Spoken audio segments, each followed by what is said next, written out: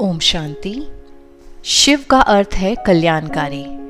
परमात्मा का यह नाम इसलिए है क्योंकि वह धर्म ग्लानि के समय जब सभी मनुष्य आत्माएं विकारों के कारण दुखी, अशांत, पतित और भ्रष्टाचारी बन जाती हैं, तब उनको पुनः पावन तथा संपूर्ण सुखी बनाने का कल्याणकारी कर्तव्य परमात्मा करते हैं।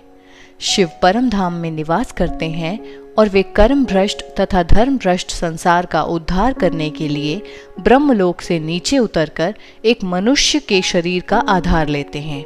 परमात्मा शिव के इस दिव्य अलौकिक जन्म को ही शिवरात्रि या शिव जयंती कहा जाता है। परमात्मा शिव जो एक साधारण और वृद्ध मनुष्य के तन में अवतरित होते हैं, उसको वे प्रजापिता ब्रह्मा नाम देते हैं।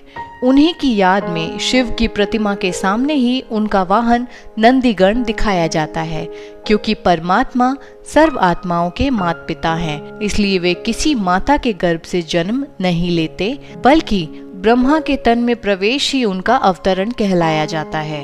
अब प्रश्न ये उठता है, सबका जन्मोत्सव तो जन्मदिन के रूप में मनाया जाता है, परंतु परमात्मा शिव के जन्मदिन को शिवरात्रि क्यों कहा जाता है? रात्रि शब्द वास्तव में अज्ञान, तमोगुण अथवा पाप आचार की निशानी है। अतः द्वापर और कलयुग के समय को ही रात्रि कहा जाता है। परमपिता परमात्मा शिव अवतरित होकर ज्ञान का प्रकाश देते हैं, तो कुछ ही समय में ज्ञान का प्रभाव सारे विश्व में फैलने लगता है और कलयुग तथा तमोगुण के स्थान पर संसार में सतयुग और सतोगुण की स्थापना हो जाती है और अज्ञान अंधकार का विनाश हो जाता है। सारे कल्प में परमपिता परमात्मा शिव एक ही बार आते हैं।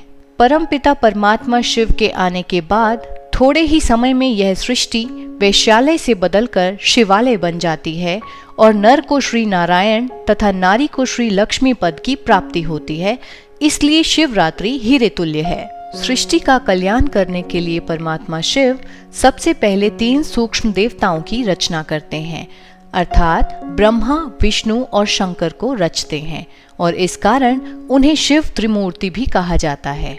तीनों देवताओं की रचना करने के बाद वह स्वयं इस मनुष्य लोक में एक साधारण एवं वृद्ध तन में अवतरित होते हैं, जिनका नाम वे प्रजापिता ब्रह्मा रखते हैं। प्रजापिता ब्रह्मा द्वारा ही परमात्मा शिव मनुष्य आत्माओं को पिता, शिक्षक तथा सद्गुरु के रूप में मिलते हैं और सहज गीता ज्ञान तथा सहज राजयोग सिखाकर उनकी सद्गति करते हैं। कलयुग के अंत में प्रजापिता ब्रह्मा द्वारा सतयुगी सृष्टि की स्थापना के साथ परमपिता परमात्मा शिव पुरानी आसुरी सृष्टि के महाविनाश की तैयारी भी शुरू करा देते हैं, अर्थात शंकर द्वारा कलयुगी सृष्टि का महाविनाश कराते हैं। परमपिता परमात्मा शिव के आते ही संगम युग की शुरुआत होती है।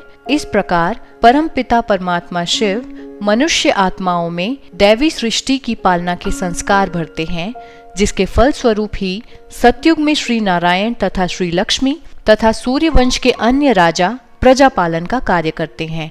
इस प्रकार परमपिता परमात्मा शिव ब्रह्मा द्वारा स्थापना, विष्णु द्वारा पालना और शंकर द्वारा विनाश का कार्य कराते हैं और त्रिमूर्ति शिव कहलाते हैं, जिसके लिए ही GOD शब्द का प्रयोग किया जाता है।